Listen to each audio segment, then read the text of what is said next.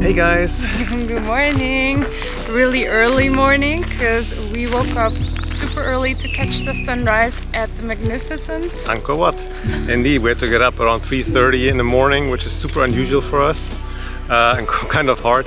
But today we're going to be showing you around here in this magnificent place. I can't believe we're here.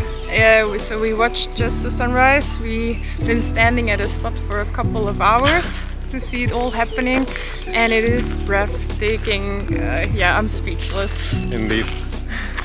Hello everyone! Today we're taking you on one of the most exciting days of our Southeast Asia trip, something we've been looking forward to for a very long time. Visiting the incredible Angkor Wat. We spent 3 full days exploring the wonders of Angkor, and in our experience, trying to squeeze everything into just one day isn't practical or enjoyable. Quick side note, Angkor Wat is just one temple within the larger Angkor archaeological complex. In this first vlog, we'll take you on the small circuit tour which covers the most iconic temples. If you only have one day to explore, this is definitely the tour to take. We kicked off our visit with a magical sunrise at Angkor Wat, and honestly, it was the major highlight of our trip. Angkor Wat is the crown jewel of the Angkor Archaeological Park and a living symbol of Cambodia's cultural heritage. Watching the sunrise here with the temple's reflection in the pond is something we highly recommend getting out of bed for at 4 a.m. in the morning. It's a once-in-a-lifetime experience. If you're heading to Angkor Wat for sunrise, make sure to allow enough time to get to the viewing spot by the ponds. The temple grounds are huge and it takes around 30 minutes to walk from the parking area to the viewing spot. After sunrise, it's time to explore the inside of the temple. Angkor Wat is massive, with side courtyards and a maze of corridors to wander through.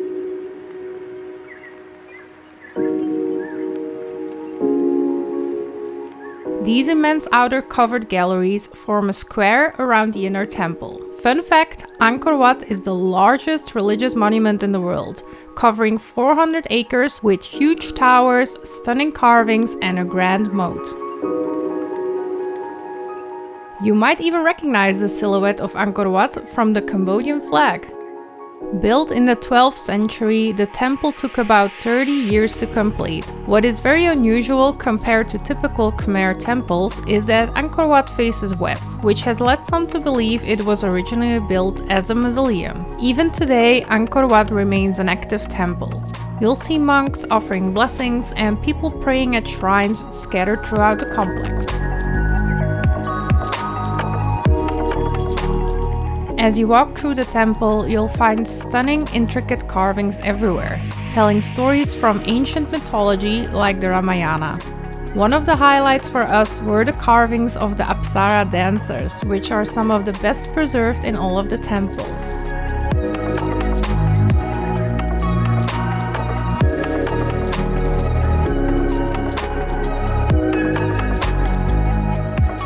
At the heart of the temple is the highest tower, which you can climb for panoramic views. There's often a line as they limit the number of people allowed up at a time, and don't forget there is a strict dress code to enter.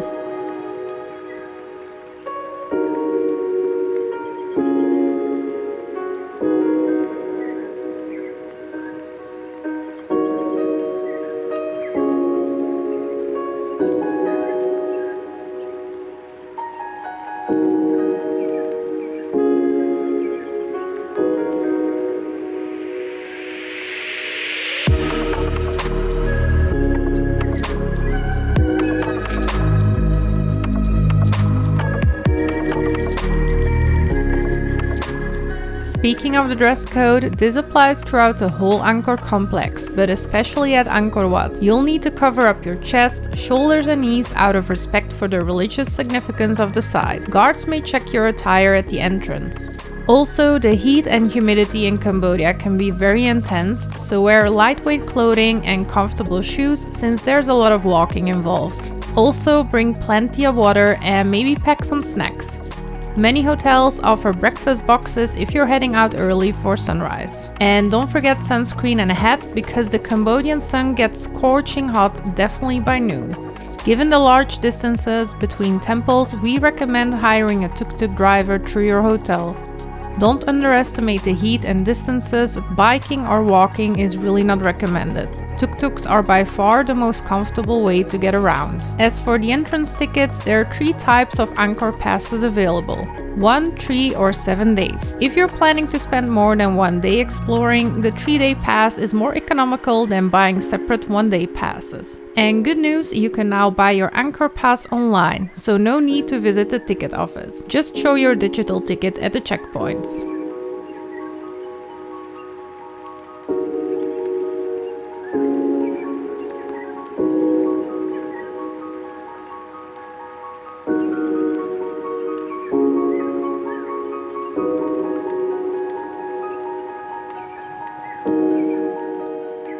After Angkor Wat, we're heading to the Bayon Temple.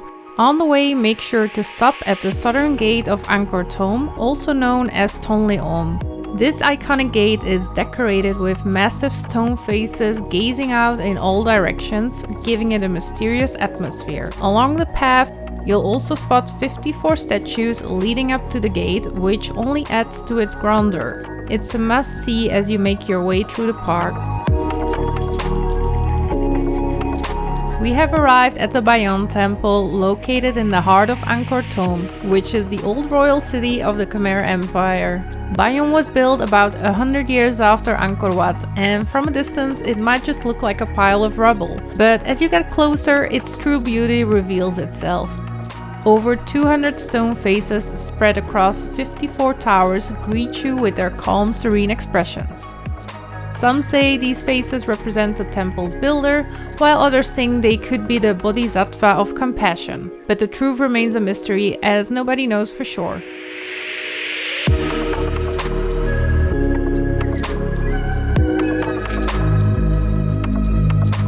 Bayon is also famous for its incredibly detailed bas-reliefs stretching over a kilometer with 11,000 figures carved into the stone. These show scenes from everyday Cambodian life as well as religious stories. You can easily spend a lot of time here just admiring the craftsmanship. It's really something to see. As you explore further, you'll notice many carvings of Apsara dancers in a different style from the ones we've seen at Angkor Wat. You'll also spot devatas, the standing female figures, at each wall corner, and beautifully carved pediments above the doorways.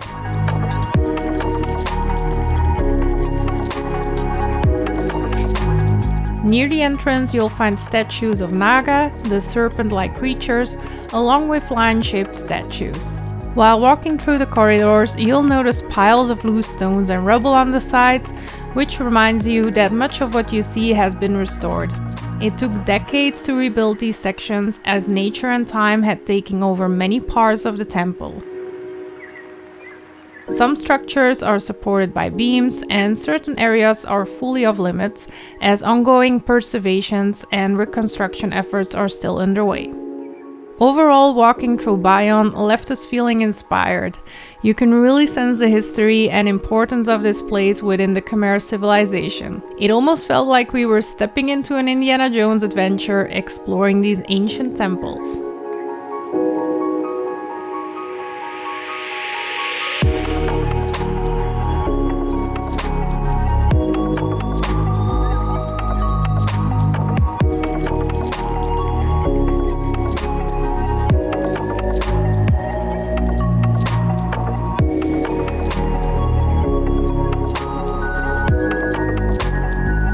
Next up is Ta Keo, which really stands out with its 5-tiered pyramid design.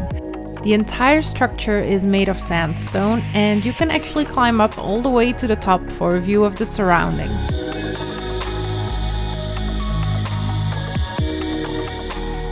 But fair warning, the climb is a bit of a challenge. The stairs are uneven and exposed to the sun, which made it even tougher for us since it was incredibly hot during our visit. The heat radiating from the stones was really intense, so it's definitely not a climb for everyone, but if you're up for it, the view from the top is definitely worth the effort. At the top there's a small temple dedicated to Buddha, and what's interesting about Ta Keo is that it's one of the earliest temples in the park, but it was never fully finished. That's why you won't see as many detailed carvings here compared to other sites.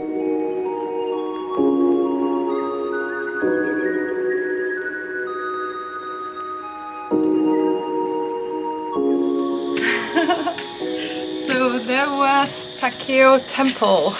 As you can see, it goes super steep, high. It was really impressive. Quite some steps in the burning heat. That's not actually the stairway though. No, that is not the actual. The actual one is made out of stones.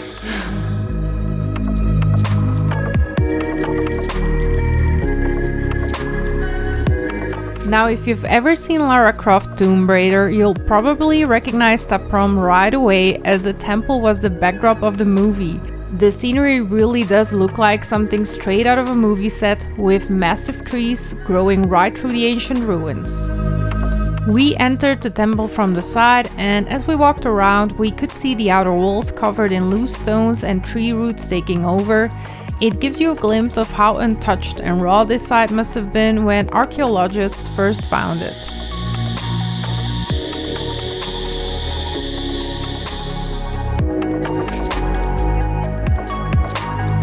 Ta Prohm was originally a Buddhist monastery and university, but since the fall of the Khmer Empire, it's been left almost as it was.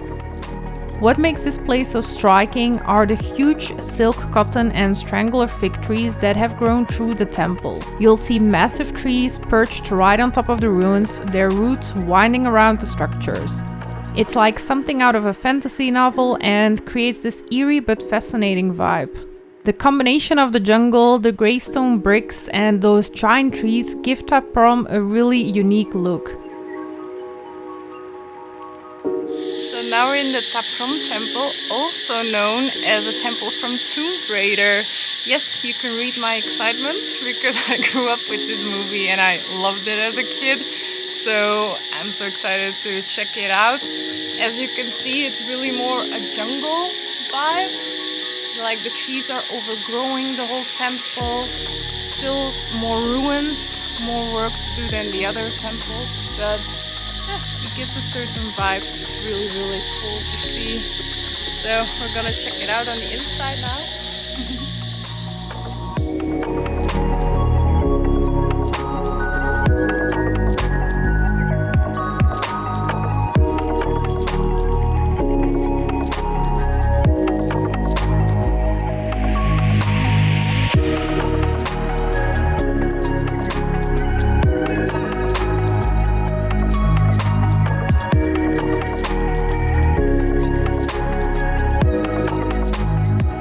The site is massive, so make sure to set aside at least 2 hours to explore it.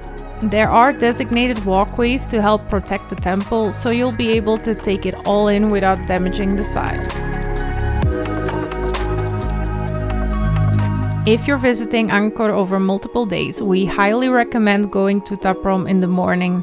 The atmosphere is much more mystical and the lighting in the early hours adds to the temple's unique charm. Plus, you'll avoid the larger crowds that gather later in the day since it's such a popular spot. Most people follow the same small and grand circuit routes when exploring Angkor, which means you'll often run into the same crowds going from one temple to another. A great way to avoid this is to plan your route differently with your tuk-tuk driver, giving you a more peaceful experience. The last stop on our small circuit tour is Banteay Kdei and Srang, located just across the road from each other. Srang is a massive man-made lake and it's a nice spot to wind down after a long day of temple hopping. It's especially beautiful at sunset. By this point, the Cambodian heat was really getting to us, so we didn't spend much time here. Right across you'll find Banteay Kdei, also known as a citadel of chambers. At first glance, it might not seem as impressive, but once you start exploring, you'll appreciate its winding layout, courtyards and towers. The Hall of Dancers, with its detailed Apsara carvings, is a highlight here. It's peaceful and tucked away, making it a perfect place to end the day.